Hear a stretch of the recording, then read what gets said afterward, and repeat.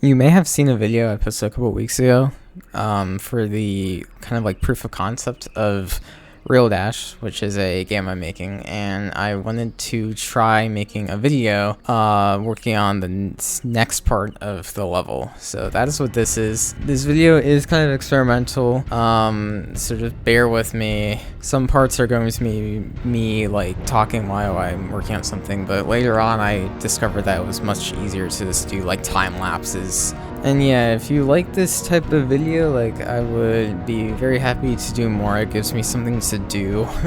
Yeah, I hope you enjoy. So I've already blocked out kind of like the path that I want the player to take, so it kind of goes around here, and this takes up a good part of the song. I think it's a whole like 8 measure, maybe 60 measures. I'm not sure.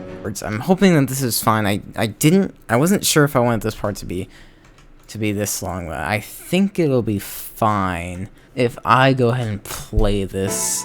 I have this whole like transition is just a placeholder for now, but I do need to animate the camera, so I'm gonna do that right now.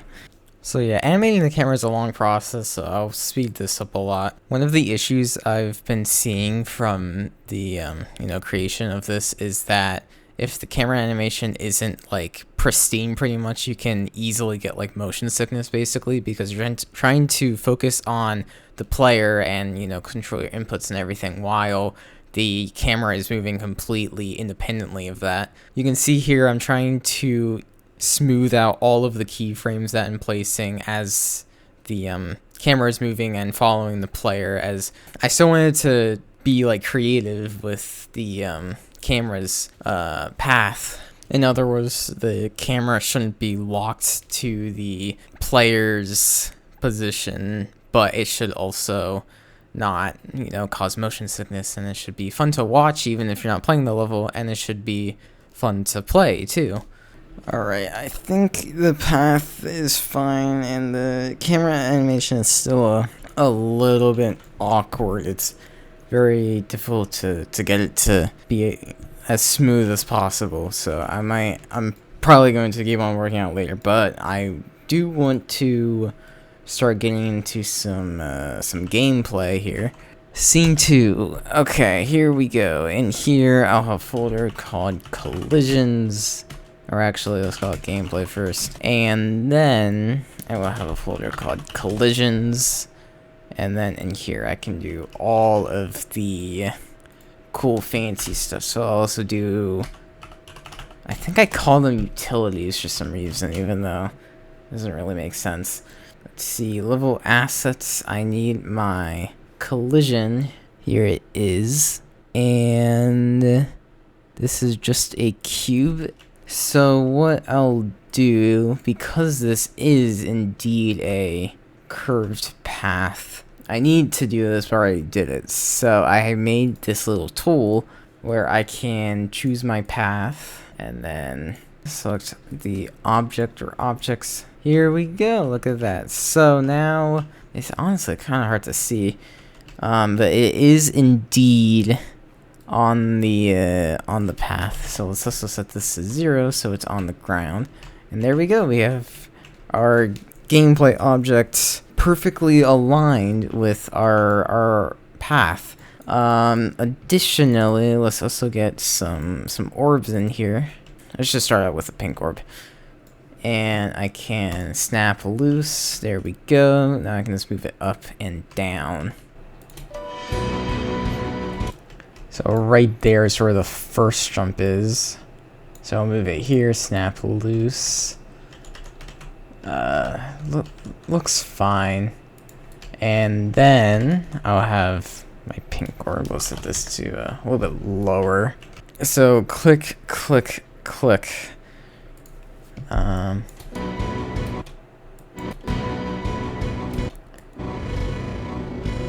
Right there is where that is. So let's put it right here. Snap loose. So yeah, it's definitely gonna be a little bit tedious, and we haven't even gotten to decorating yet. Let's also get another one here, and then I can turn on hazard for this one. Then I'll up the X scale, and I'll move it right here, snap loose. Of course, it's not gonna fit the exact path. Yeah, I didn't record most of the gameplay creation, but you get the basic idea from that. The goal with making the gameplay is to make it feel like GD, of course, and part of that is the physics of each game mode, which I have pretty much exact, as well as the performance of the game. You know, if it runs super slow, you can't have that type of intricate gameplay that you're used to playing GD.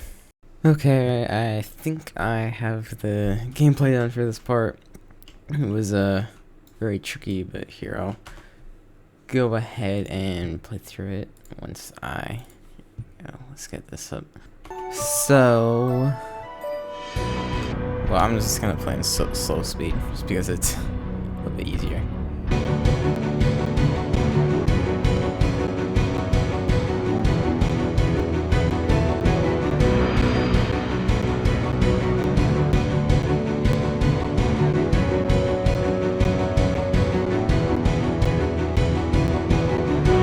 And yeah, that's the part. That's what it looks like. I think it looks pretty cool. I will most likely change the camera animation just to make it a little bit better, especially with this straight fly part over here. It's very hard to see where you were, and it'll probably even get worse once I get some of the decoration in. But what I did want to start doing now is I want to set up a PCG graph. I thought that there was a default one in here. Here I'm starting the decoration process, and that starts with just making a procedural forest that I can make the gameplay in. Now, of course, by default, the trees and rocks and everything spawn everywhere, so I set up some boundaries where I'm preventing them from spawning. And yeah, that's really it for this part. Alright, chat, I made some progress, so we have a forest now, and I set up this thing in the PCG graph for the forest so it will avoid spawning rocks and trees on the path that the player is on, as well as this custom path here, which I've outlined. This is kind of like the path that the camera takes right now. What I've also done, let's actually go ahead and play. I have this particle system that I made real quick. It didn't take that long, so that's, you know, what it looks like. The part still looks really dark, though. Not sure how I'm going to... Oh, that's odd. Huh. Not sure how I'm gonna, like, brighten it up at all, though, because I want it to look dark, but this just looks, like, way too dark. For this title screen, I finally thought of something that we can do for this. So what I'm gonna do is put a plane here, and might have to use multiple planes, honestly. I want to do something with the normal GD background, and right now, of course, I don't have the texture. There we go. Okay, so plane. Okay, so we got this right now. The issue though is that it's not lit. So we could probably just turn this on unlit. Ah, yes, that looks so odd though. Let's get this to look a little bit darker. That looks very, very strange. But for now, it's gonna have to be okay. Well, I guess what I could do for this is use some sort of, translucent, and then we can just use a material parameter collection.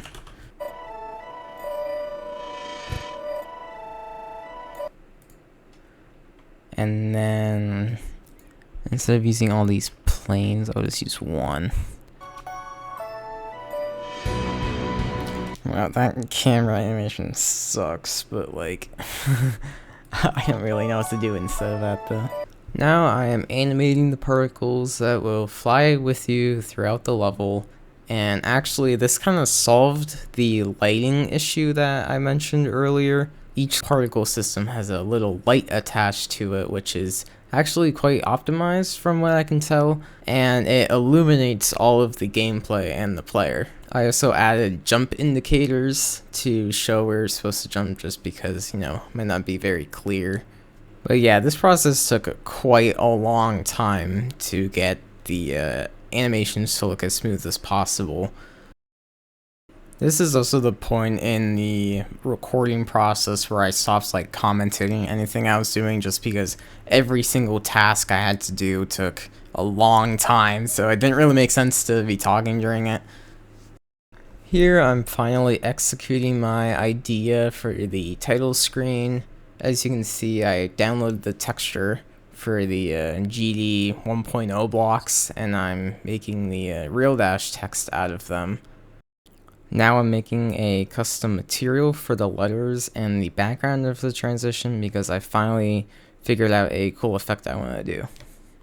I also animated the characters just to add a little bit of movement to the transition, which I figured would look nice, and I think it does. Now that means I have to reanimate the little particle effects to fit the new transition. So this just involved placing keyframe positions around and making sure everything looks smooth. So I think it looks nice. It looks a little fast in my opinion when you see the final products, but let me know how you think it looks. Finally finished the gameplay decoration here for the end of the part. Again, this just consists of trying to find objects that fit the hitboxes I have in place and that look like they make sense being blocks or spikes. I also spent a lot of time reanimating the camera just to make it feel a little bit more smooth and a little bit more I guess intentional might be the right word. Additionally, I added in all the jump indicators for the end of the part because I hadn't done that yet. And to finish up this little session, I animated the particles to the end of the level. There's kind of a hit in the song that I wanted something to happen, I just didn't know what. So I found this tutorial on YouTube on how to make this I don't even remember what it was, but it's this kind of spatial effect where you use what's called a decal, which projects a texture onto objects in the level, and I think that is pretty cheap to do on the GPU. So yeah, I followed the tutorial and I ended up just redoing it my own way once I figured out how it works. This is the one thing I'm planning to change after I get this video done, just because I feel like the effect happens way too quickly and there's also no anticipation of it happening. Here I'm adding some of those GD blocks to this little shockwave effect I have, and I also discovered that the material I have works for cones, so it looks like spikes, which I think that this adds a nice little touch to this effect.